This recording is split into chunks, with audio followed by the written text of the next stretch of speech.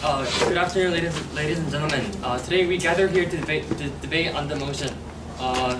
This House would allow late-term abortions based on genetic screening. As first speaker of the proposition team, it's my duty to go over the definitions in the motion that would otherwise be controversial.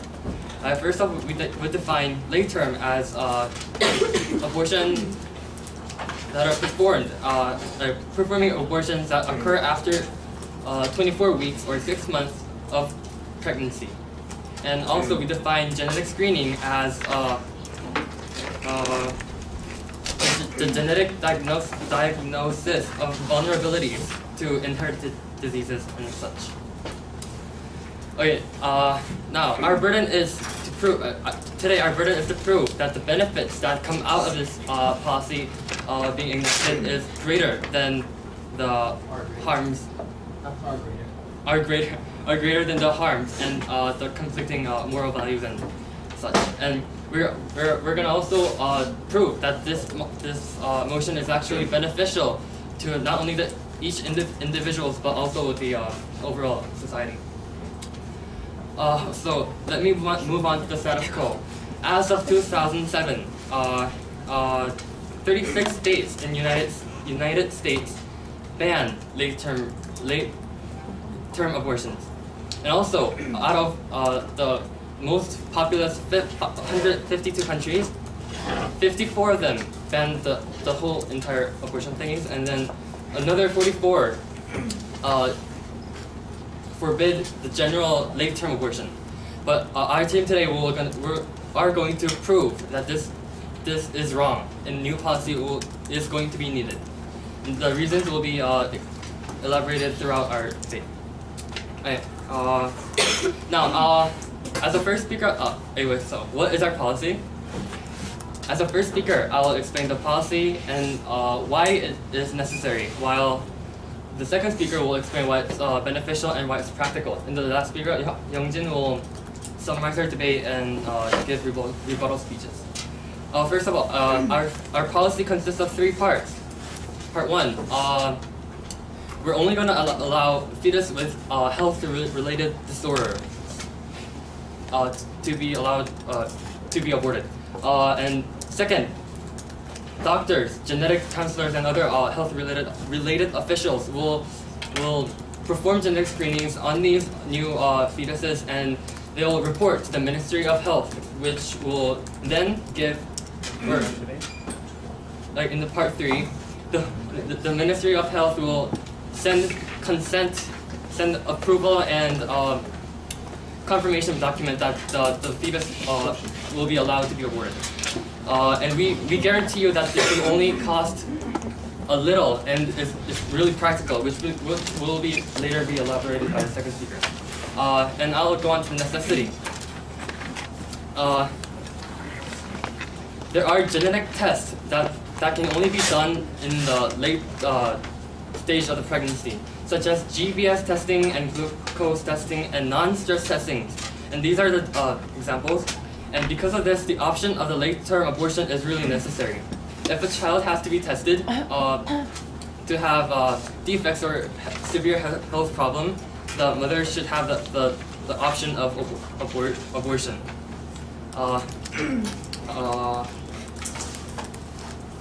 And think of these thousands of children in hospitals. They're just waiting there to for like death sentence. These children have serious health issues, and they cannot be saved by other means. And some people might argue that this is the late-term abortion can be used for selfish and those kind of purposes, but we say the late-term abortion only accounts for a tiny proportion of the whole abortion number thingy, and as of 2003, only 5.6% of the whole abortion accounts for the late-term abortion. And lastly, we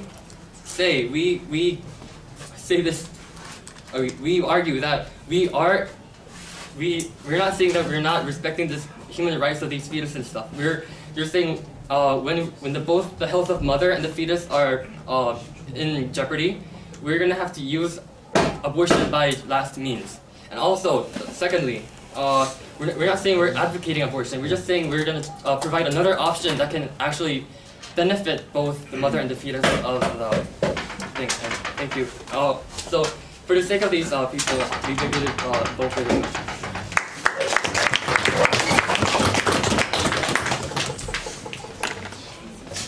Dean Hayes, the first speaker for the opposition side. Let's welcome.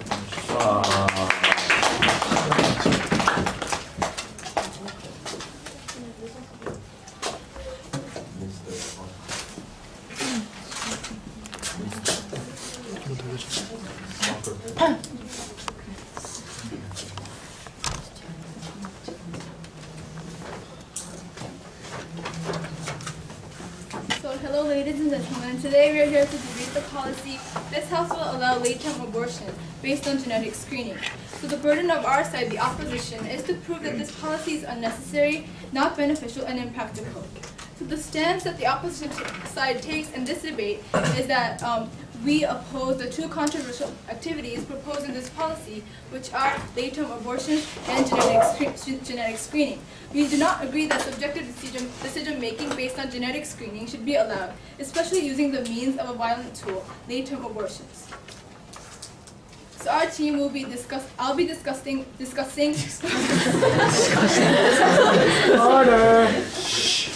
why this policy is not beneficial, and Daewon will be discussing why it's not ethical and not practical, and Duke will sum up the whole debate and prove why our side wins this policy debate. So before I go on, I'll start with the rebuttals. And Seokhyun, as the first speaker of the proposition side, has mentioned the policy and the necessity of this policy. However, there's some arguments that go against his own arguments, because he said when he mentioned the policy, the first part of his policy was that things that he said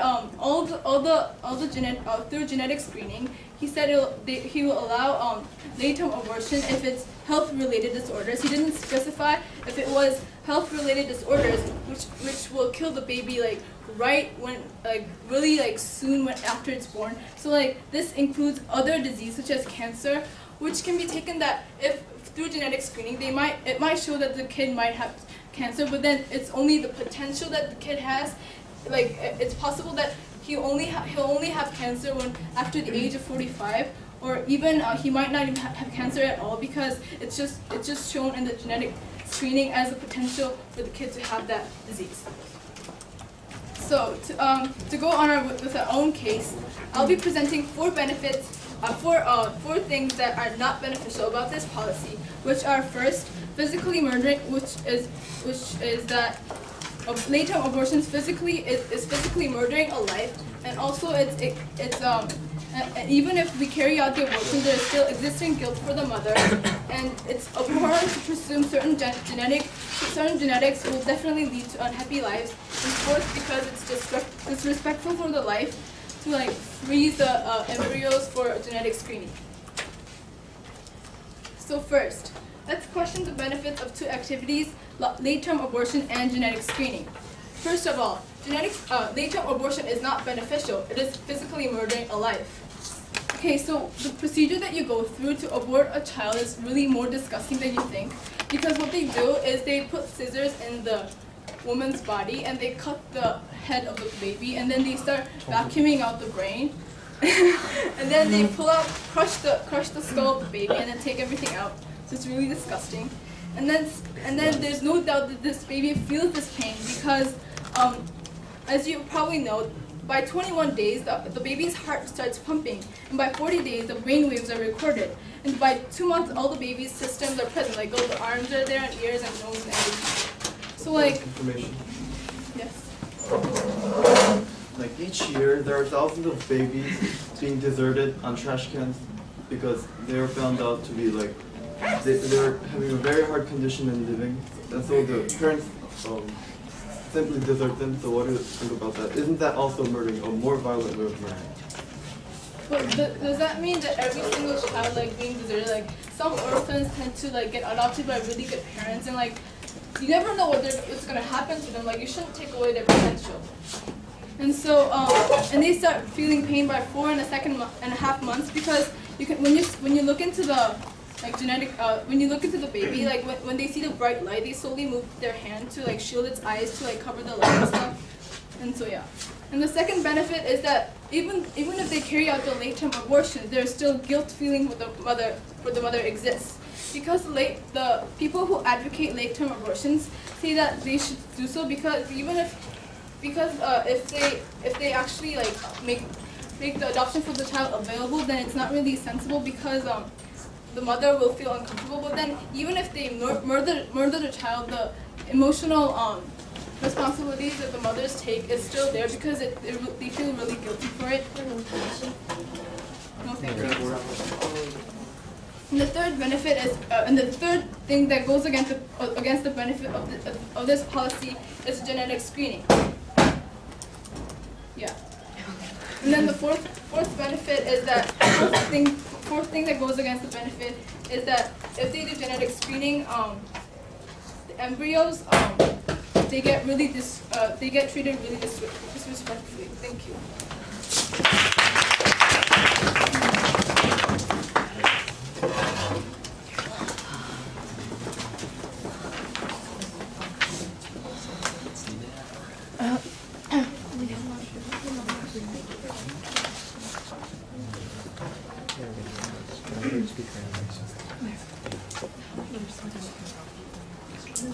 Adrian is the next speaker for the proposition side. Let's welcome her.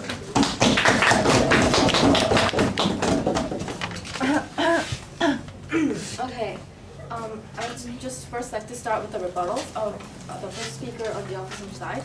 Okay, about the guilt that the mother feels, we want to stress the fact that our policy actually requires the mother's consent. Thus, it is a conscious decision of the mother to abort the baby. And also, we all know how beneficial the genetic screening is, as it helps terminate it's not only a path to lead to abortion, but it's also a path to lead to gene therapy and like to other like curable things that the mother could do. Genetic screening itself is not bad and should not be how do you say it shouldn't be opposed. And also okay, then I'll go on with our policy. With our policy and the benefits of the necessity of it explained by Seokhyun, our first speaker, I'd like to elaborate on the benefits and the practicality of our policy. Okay, first off, our policy is beneficial. Our policy gives mothers an option, a choice, a conscious choice, as I mentioned. And we're not trying to force the mothers to have an abortion, or we're not even trying to encourage the mothers to have a late-term abortion after genetic screening. Yet the option should be there. We're arguing that the choice to abort their baby should be there. Okay. The responsibility and the sacrifices that one has to make in order to give birth to a baby or to carry a baby is really huge. And it's huge already with just a normal child. But it's just the burden itself just multiplies when the fetus has been genetically screened to have birth defects, genetic diseases, or other kind of health problems. And the mother, we know that the mother knows both the sufferings that this child will have to go through, and she knows that she has to watch her own child suffer and be sick. And this is a huge burden on the mother. And the medication and the surgery bills that they probably cannot afford is one of the reasons why they would like to work. And the opportunities and the careers that she has to give up in order to give a birth to a baby that she does not want, that is probably likely to, that has a severe health problem, is, yeah, a child who probably requires more care and medical attention than babies screened who is tested to have born without medical problems. And in some cases, carrying on the baby might be dangerous for both the mother and the fetus, which Seokhyun has briefly just mentioned. And in case of gestational diabetes, which can be only screened through late-term only screened by the late-term genetic screening it should be allowed, since there are cases when both the mother and the baby will be put to danger. And next, I'll elaborate on the practicality of our policy. Okay, as Tukan illustrated, there aren't many cases of mothers wanting abortion after genetic screening because their child has genetic defects or any kind of health problems. It's actually a really small number. Only 2%, I think, from the U.S. said that they would like abortion. They opted for abortion in cases of where they found like genetic defects and problems in their fetus.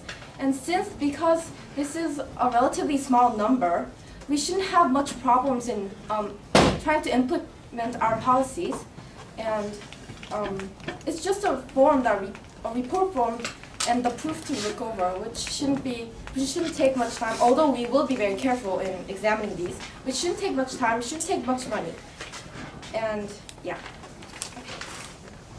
Our policy is simple, but we should know that it is able to eliminate potential loopholes of allowing late-term abortion, which many experts fear, such as gender discrimination. Because we limit this, aborting for personal reasons other than birth deficits, as we require proof and medical authorities' consent. Okay, many people might feel, or actually not many, but some people might feel very guilty of aborting a fetus, who yes has limbs and like can feel pain, and by late term in 6 months.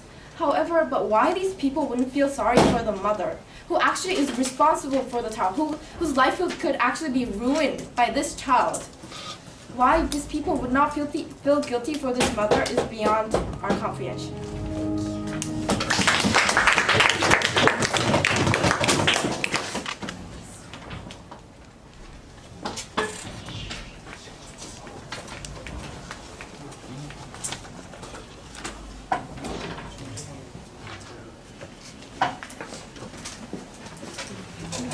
Daewon is the next speaker for the outside.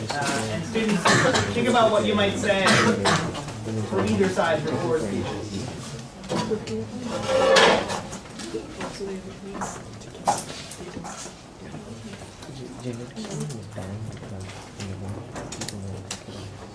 Thank you, Mr. Speaker.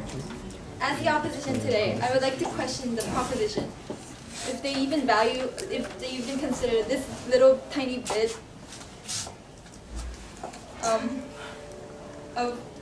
of life. Before going on to my constructive argument, I would like to go rebut to some of the arguments the proposition has made. First of all, the second speaker has mentioned the choice to abort should be always given to the mother. However, the opposition questions: is a choice to murder their kid, is a choice to kill their little babies just because of the mother's career, just because of the mother's future, is that ethical? Should parents be given a right to kill their child just to continue their own career? No, we don't think so. Also, they've mentioned that the child would go through a series of sufferings when they are born. However, the opposition believes that suffering, despite the suffering, they should still be given a chance to live, chance to see the light of the world. Going on to our constructive argument, we would like to question the opposition's policies, practicality, and ethics, morality. First of all, with practicality, there is no firm standard of physical disease. To what extent are we going to allow these babies, these human beings, to be killed? To what is the standard of a detrimental disease? There are more than 900 genetic tests that are existent in today's society, and even in these criteria, even obesity can be said to be an inheritant disease. should the child be aborted just because it has the potential to be obese in the future life? No, thank you. Second, it is impossible to supervise all the abortions based on genetic screening. The government, according to our research, the government regulation is necessary for these abortions to be held. However, it is impractical to supervise all these various abortions that are taking place in the society. How are we going to make sure only the fetuses with health-related disorder are aborted? The prop hasn't told us. The proposition hasn't told us how the government is going to regulate it properly. Second, there's a possibility of abusement. Abuse. Abuse. Still in the society, preferences of certain gender, certain sexes is still existent, and if we allow abortion based on genetic screening, there's a possibility, a very likely possibility that parents will abort kids with certain gender and so forth. We would also like to question the proposition's ethics. As clearly mentioned throughout the debate, that 6 months, fetus 6 months or older are clearly a human being, a living being. It even feels pain when being aborted. And killing a human being because he has a possibility of inheriting a disease as minor as obesity, is that ethical? Is that moral, ladies and gentlemen? I would like for you to strongly consider this. Furthermore, killing a child with potential of having a disease goes against the democratic values of today, that all men are created equal. All humans are equal, including the disabled people. They should be given a chance to live, a chance to continue their life and achieve something in their life. Regardless of the reason, aborting a child 6 months or older, a fetus 6 months or older, is unethical and unjust. And therefore, ladies and gentlemen, we beg you to go against this motion.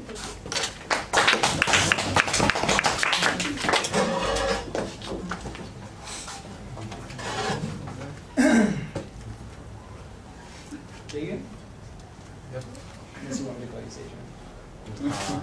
Prefer Daewon now. Okay.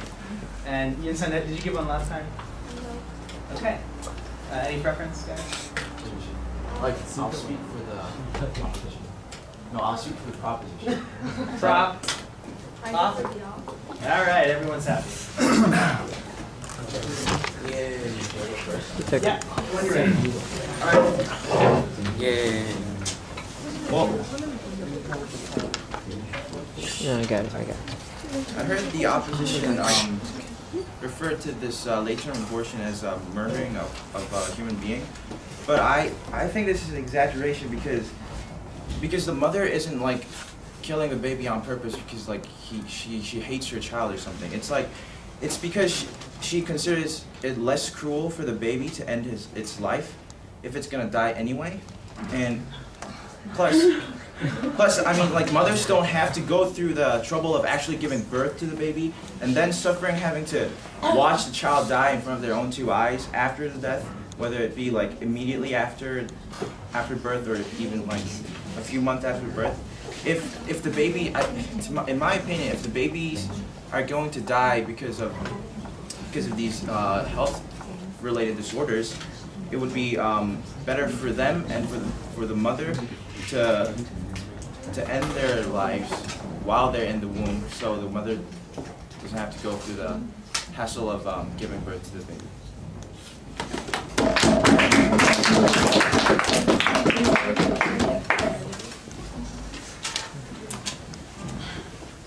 Okay. First of all, as what the first speaker of the opposition side said, the abortion process is very disgusting, more than what we think. So, like, from what I've heard, like, when after the abortion, the fetus that has been like cleared off from its mother. I heard that it's like thrown into a trash can, so that's really not ethical and very immoral. And the proposition said said that from their policy they will like allow abortion for the fetuses with health problems, but they have not like stated like clearly what kind of the level of health problems and how serious it is, or like what kind of health problems it might be. So the floor speech said that like the fetus is gonna die anyway. But I don't think I think this is too pessimistic, because there is a possibility that that after the baby is born, that there might be some chances of the fetus to survive. So I believe we should not allow like late-term abortion based on genetics.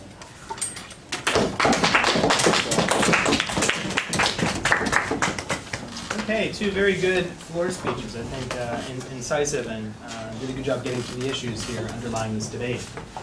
Duke Onghan is the final speaker for the opposition side.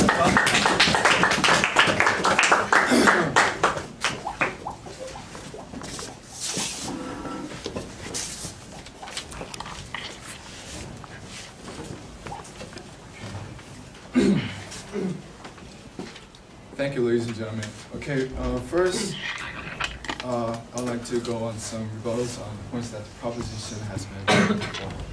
Now, to take a look at their policy, I believe it doesn't make any sense. Because the first part you mentioned before is that they'll allow the abortion only if there's health disorders detected. They never specified on this part, and also on the second part and the third part, they have mentioned that there will be health officials needed to approve this abortion thingy. But later on, in other speakers in the proposition, they have said that it is totally the mother's conscious decision. I believe they're contradicting themselves. And moving on, I believe it was the second speaker of the proposition who has mentioned that it's the mother's burden of raising up this defective baby. Sorry, sir. Sir, I believe this is the main clash of this debate. Whether it is the mother's burden we should consider, or whether it is the existing guilt of the mother we should consider.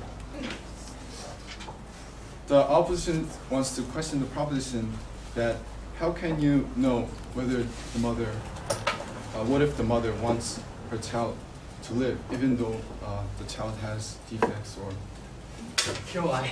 diseases? What if the mother respects the child's potential, the viability of the child? What if the mother values more about this child's life instead of her burden? Ladies and gentlemen, the opposition emphasizes more on the importance of the viability and potential of this small life. And also they have mentioned about the small percentage of the abortion in the status quo, that it will not lead to any problems later on, but they're not looking at it in a right way, because if we allow this kind of policy, there's a high possibility that these people may abuse it. Sorry, sir. That, ladies and gentlemen, the opposition would like to say that we shouldn't give this debate to the dangerous minds who have made up this kind of dangerous policy, because allowing late-term abortions based on genetic screening is more like making babies in assembly lines. Like, they're considering their babies like products instead of valuable, their descendants and valuable small beings of their offspring. Also, the majority of the mothers who have taken the survey in the New American magazine has said that they have regretted aborting their children. This means that it's not a good policy to pass because not many mothers are agreeing to this policy. Now, the opposition is mainly concerning about the viability, the potential of the child, even though it has defects. Ladies and gentlemen, we have constantly said that killing a child, murdering a child who has the high possibility that it is viable, that is unethical, immoral, and unjust to kill such being just because that it has defects. Thank you.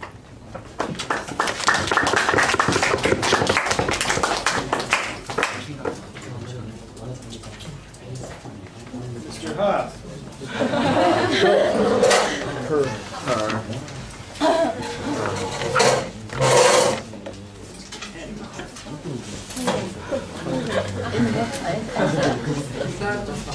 I've got to say that. Okay, hello. The opposition has come up here today and said to you a lot of good information. They have mentioned physical murdering of life, guilt feelings is not ethical. Oh, and they also mentioned all men are created equal. Yeah, that's kind of cool, but I don't think it is. So I'm gonna revisit that. Okay, first of all, they mentioned physical murdering about the physical murdering of a life. Now, as Jaegun said, this is an exaggeration. Aborting is considered less cruel for both the mother and the child. Now, and I've said before, each year thousands get deserted by their own mothers, especially the poor. And what about them? Don't you think that's violent? More violent? Yes, of course that's also considered violent, but it's very different. No, thank you. And about the rich ones, like this may be physical stress to both. It's not murder, but it's physical stress to both the mother and the baby. You can see on your television, and there's like people coming out. They love their disabled children. But however, in most cases, especially in the mental illnesses, babies are sent to special care centers, since the mothers get stressed and they don't have the ability to raise them. So for the baby, is that a very preferable life? Only staying in special care centers? No. Remember, we are standing for both the parents and the children. Now, they've said also mentioned the guilt feelings that the parents feel when they kill the children. Now, as we said before, we stressed before, we are not forcing, and it's the mother's decision.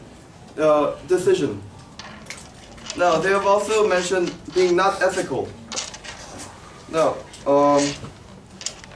it's not ethical, but they said it was not ethical. But to promote a more human life, and a more human life for both the baby and the mother, to live a more ideal life, it is better to abort the child. And they have also mentioned, no thank you, it is impossible to supervise all people. Yes, however, it is very possible.